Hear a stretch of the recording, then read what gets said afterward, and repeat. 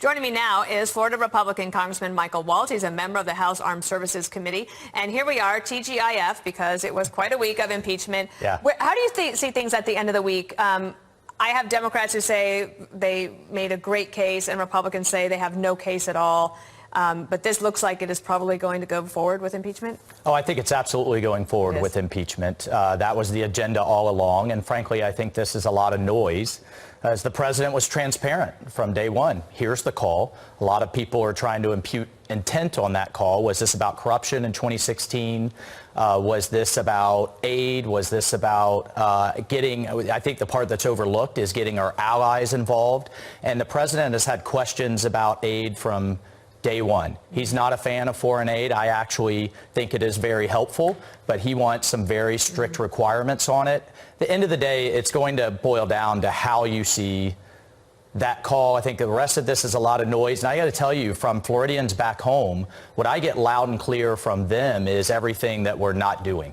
Whether it's transportation and infrastructure, or health care, or prescription drugs. Opioids, I think a lot of this just kind of flies over their head. Can I ask you, though, if the Democrats are going to try to make the case that the president was trying to ask, using taxpayer dollars to ask a foreign country to investigate a domestic political rival in Joe Biden, do you think that is fair? And if the president, if it turns out that people think that, yeah, he was doing something that was inappropriate, asking Ukraine to investigate Joe Biden, either for 2016 or 2020, do you think it was appropriate to make that ask? Well, I think on the one hand, it is, whether you see it that way or whether you see that he has been very clear since day one that he was worried about 2016, what happened, and that's going to get to this FISA report that's coming out, whether the Bidens abused their power as a sitting vice president to enrich their family, and we're not even talking about how you get $1 billion from China yet, overlaid with his concerns about allies helping Ukraine and overlaid with his concerns about the effectiveness of our aid. I think it's all of those pieces that are, but regardless, even if you take that, what the Democrats, or how they're interpreting that phone call, everyone I talk to doesn't think that rises to treason, bribery, or high crime and misdemeanor. And it's not worth the cost within a year of election for what we're dragging the country through and what we're not getting done. So I think all of those things together. One of the things President Trump said this morning is that he does not think Speaker Pelosi will move forward with USMCA. That's the replacement of NAFTA.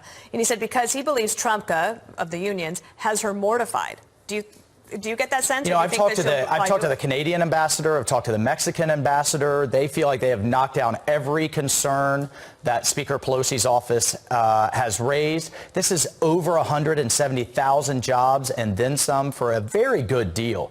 And I've talked to a lot of moderate Democrats, particularly ones sitting in Trump districts, and they are ready for this deal to move forward.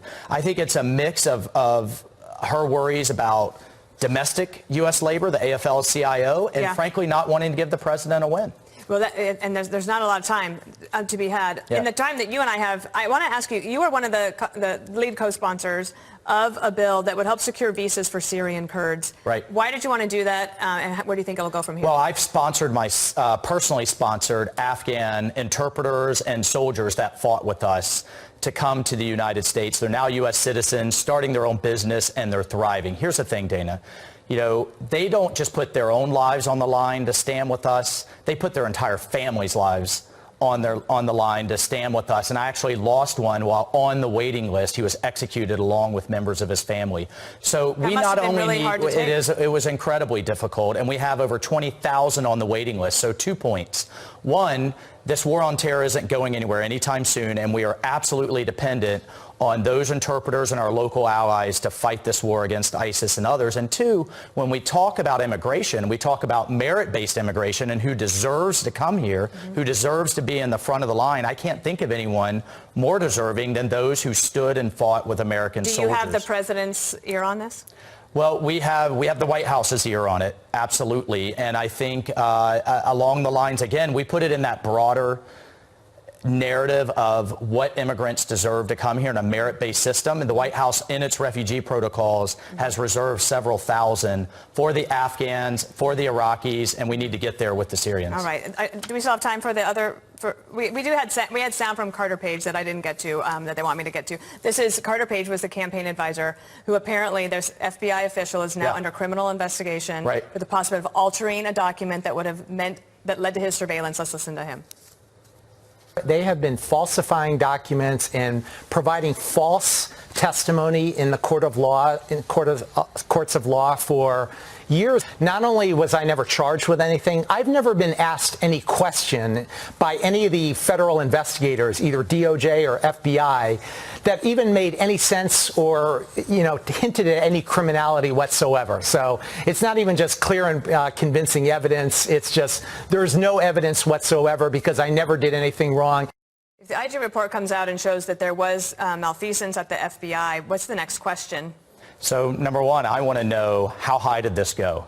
Did we either have a rogue FBI, or I can't imagine on the eve of a presidential election when you're looking at surveilling the other side's nominee that this didn't go all the way up into the White House. I mean, that has huge consequences constitutionally. And then, the other piece is the FISA process is sacred in our democracy. That's the power of the state to surveil our own citizens. And if that was corrupted in any way, we absolutely have to get to the bottom of it. And there might be some changes in that procedure at that point. Yep. All right, Congressman Michael Waltz, All right. great to have you in New York. Thanks, Dana.